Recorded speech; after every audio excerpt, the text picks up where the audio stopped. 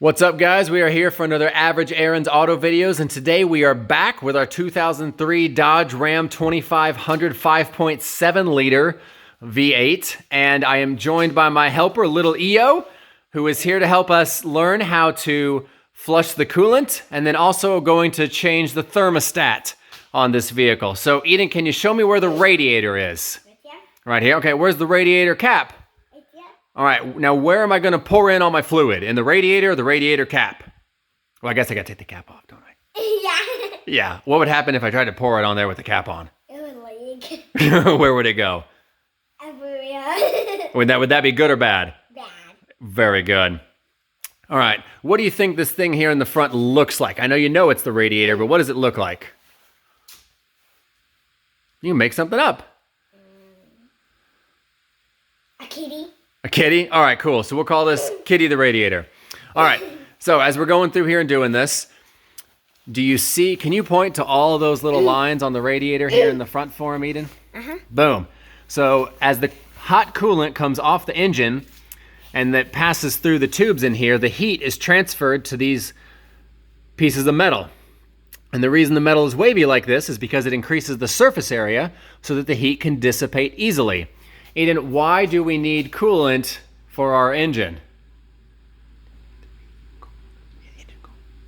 Engine cool? Yep, helps keep the engine cool. And what happens if the engine gets too hot? It will overheat and stop working. Very good, that's correct.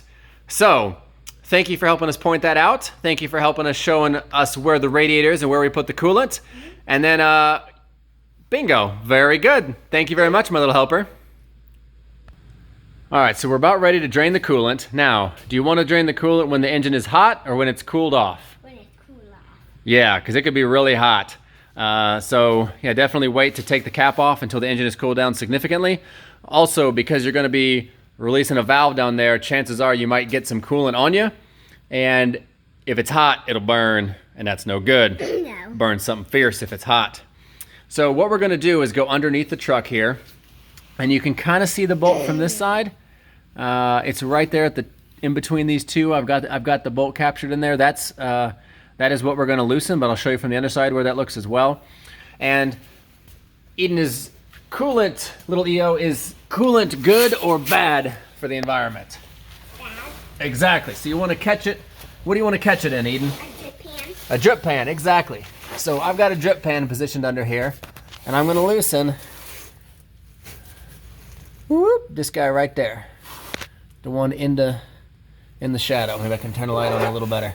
Boop, there it is. Now, it's not a perfectly hexagonal bolt. It has like two thin sides and one fatter side. I think a 17 millimeter is what I use to loosen that with and to tighten it back on there. But it obviously only fits a couple ways, and it is difficult to get on there.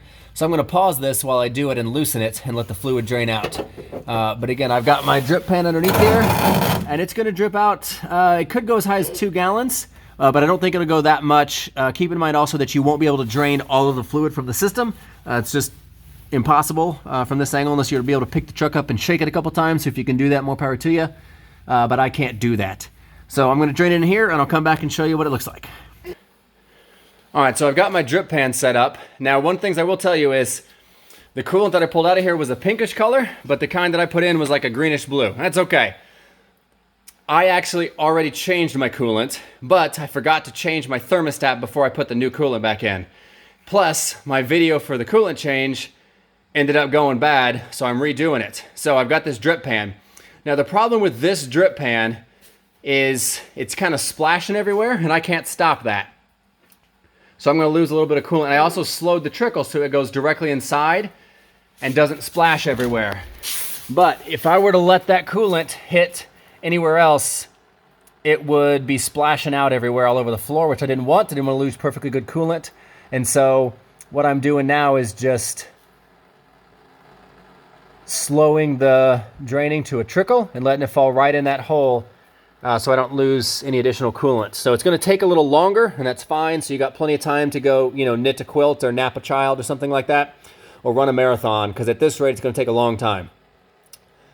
But that's okay, because I'm not going to lose any coolant, and it'll be fine. So once this drains, I'll come back with how to put on the, how to take off and then put on the thermostat once this is done draining. Actually, before I come back and show you guys the taking off the thermostat, I wanted to show you. So this is the original container that I used as a drip pan because it has high walls and it wouldn't splash down a whole lot. Splash out a whole lot and it would contain it. And then from here, I transferred it into that black container you see underneath. But as you can see, and I'll try to rotate it here, some of this dirt was in here before. And some of it, that's kind of what came out. So I let this coolant also settled for 24 hours before I took it to dispose of it. So it gave a chance for the stuff to settle. And some of that was in the container already, my bad. And then I ended up pouring it into here. And then from here, I transferred it into the other one to drain it and clean it out. So this is kind of what I had going on. I don't know what it is exactly, but it could be obviously just dirt and debris from over the years. The truck has 160,000 miles on it, almost. But I believe someone may have put the stop leak in the coolant, because if they had a coolant leak in the truck, that stop leak would stop the leak. And the only way that coolant leaks in the truck is if it comes in through the heater core. So my truck does not have heat. And those tubes right there come from the radiator. They take the hot coolant inside the cab into basically a smaller radiator called your heater core. And then it makes that hot, and then when I turn on the fan blows that heat into the truck. Well, I mean, I have to turn the knob to heat and everything else too, but that's how that works.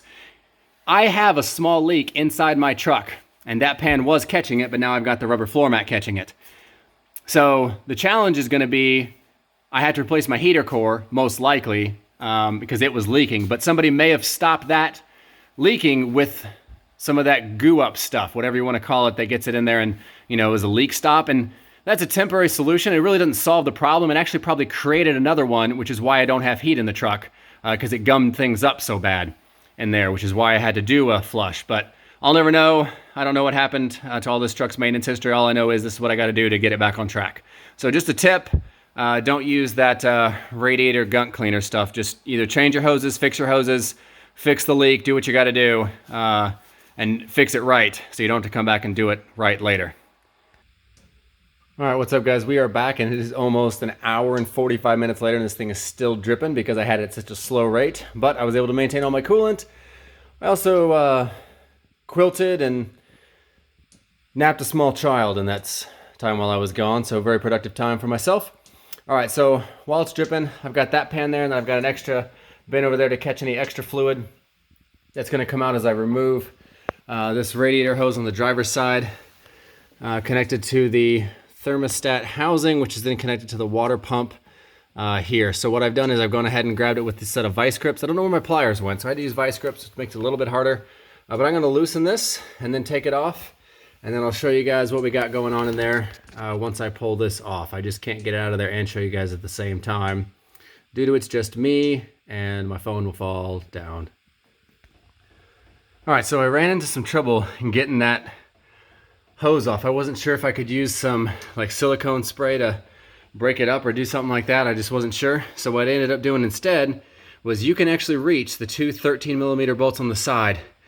I had an extension on the ratchet with a small head on this side, and then I just had a deep well socket 13mm on this side. So I'm gonna be able to take this housing off without taking the hose off, but I'm gonna take the hose off once I get the housing out of there, hopefully, and make sure we're good to go. But you can hear the fluid leaking.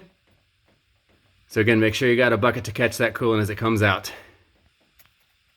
One more quick note is you actually have to take the cap off the power steering reservoir right there in order for the socket to fit properly, but it just barely fits. That may be an automotive first right there, ladies and gentlemen, getting that bad boy off with the hose still attached. And you can see your thermostat is right down in there, and supposedly that just comes off with a little flathead screwdriver and a little bit of pressure, and then some coolant should come out. But I'm gonna check that process in just a sec. All right, let's get this queued up here. I have no idea how this particular part is just gonna come off here, but I will use the Phillips and go there and take it off. I'm sorry, flathead. But I put the power steering fluid reservoir cap back on just to prevent any dust and debris from getting in there while I'm working on this stuff they got on my gloves or whatever, dust in the air, whatever, but it should hopefully I'll just pop right out. And if it doesn't come out and I've broken it, this will be a bad day.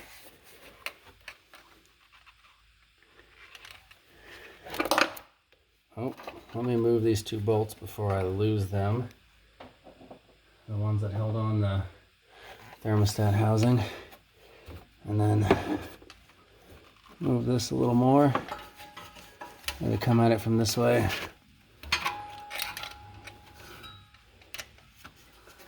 Alright. There's definitely some coolant in there. Oh, yep, just comes right out. And you can hear the coolant falling in the bucket. But here's the part. Now remember, I don't have heat, and I don't know why. But there's a good chance this could be it. Even though my heater core is leaking, that may not be why I don't have heat. It could be this. Even though my coolant gauge is working, weirder things has happened. So I've got the new part. I'm going to replace this one. And I'll show you the old part here. Alright, so I've got the new part. It's just a little Duralast bad boy that I got here. I want to make sure the gasket on it, the little black seal around the outside, is nice solid, no dings, rips, tears, missing chunks or anything like that, because this is the only seal you have between the water pump and the thermostat, and then heading out there. So all right, we're going to put the foam back down and put this bad boy in. All right, I got the part. Let's just slide it in there nice and easy. Make sure it sits in the housing. And I've got the orientation the same as the other one. I don't know that it matters, but it's on there just the same. I couldn't really get a good grip with those gloves. I didn't want to drop it, so I'll put that back on there. Now I've still got this little boy to deal with. And by this little boy, I mean the housing is still in the hose. So I'm going to spend a couple minutes trying to get this off. And there's no reason for you guys to see me struggle. All right, so I just said forget about it. I'm going to leave that hose on there if it hasn't come off in 13 years. It probably has a pretty good seal. So I had to take the lid off for the power steering fluid reservoir to get this extension on here. I think it's a 6-inch for a 1/2-inch drive with a 13mm socket head. And then it would be really cool if this just snapped right in. That would make me seem a lot better, but it's not snapping in. There we go. Make sure you flip the switch so you're tightening it down. And you don't want it so tight that, you know, not even He-Man can get it. But you just want it on there nice and snug.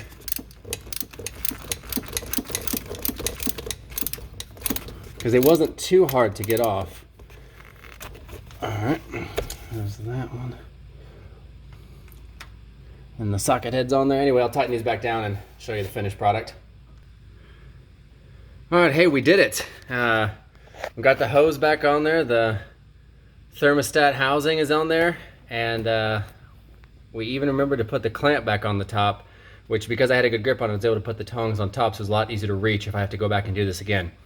Now, make sure you tighten that drain plug on the bottom of the radiator before you put coolant in. Which I'm going to put coolant in, and then make sure you put in the appropriate amount. I have this cold fill range listed on my tank right here, so I know to fill it in there because it's cold up here in Alaska, so I'm going to fill it up to that range right there. And then from there, you want to make sure you kind of bleed your system. So get the vehicle in a place where you can start it, and I'd leave the cap off and run it for a little bit. And you'll see maybe some of the bubbles will come up, but because I've opened it up, air's been introduced into the lines. I may be pouring in the liquid and it traps an air bubble. It can get in various ways, but you want to make sure you get those out of there so that the coolant flows evenly throughout and there's no air pockets causing any stoppage and parts of the engine get hotter than the rest. So important that you do that. Once you have run it for a while, turn the blower on high inside, make sure you're getting some nice warm air.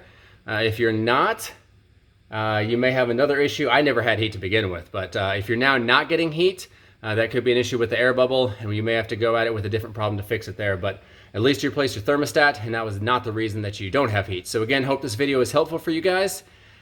It's going to be a while before I can put the coolant back in and all that stuff too, and I'd rather get this uploaded for you guys to enjoy. So if you liked it, hit that like button down below. Please subscribe to my channel. I will continue to do videos on this because I still have not fixed engine code that I have for a small evap leak. But I'm going to get back on that and fix it. I'm trying to think right now. Oh yeah, when you pour in your coolant, you want to make sure you get the appropriate ratio of coolant antifreeze to water for your particular region. Coolant can be different colors. Make sure you get the specific coolant that is designed for your vehicle. And again, make sure you dispose of any of the fluid that leaked out or spilt on the ground properly at your local landfill or auto pot store if they accept it. And always when you're doing this work, remember to wear eye protection and gloves because it is not good for you as a human being to consume antifreeze. True story. So, I hope this was helpful. Hit that like button, please subscribe, and we'll keep these videos coming your way. Until next time.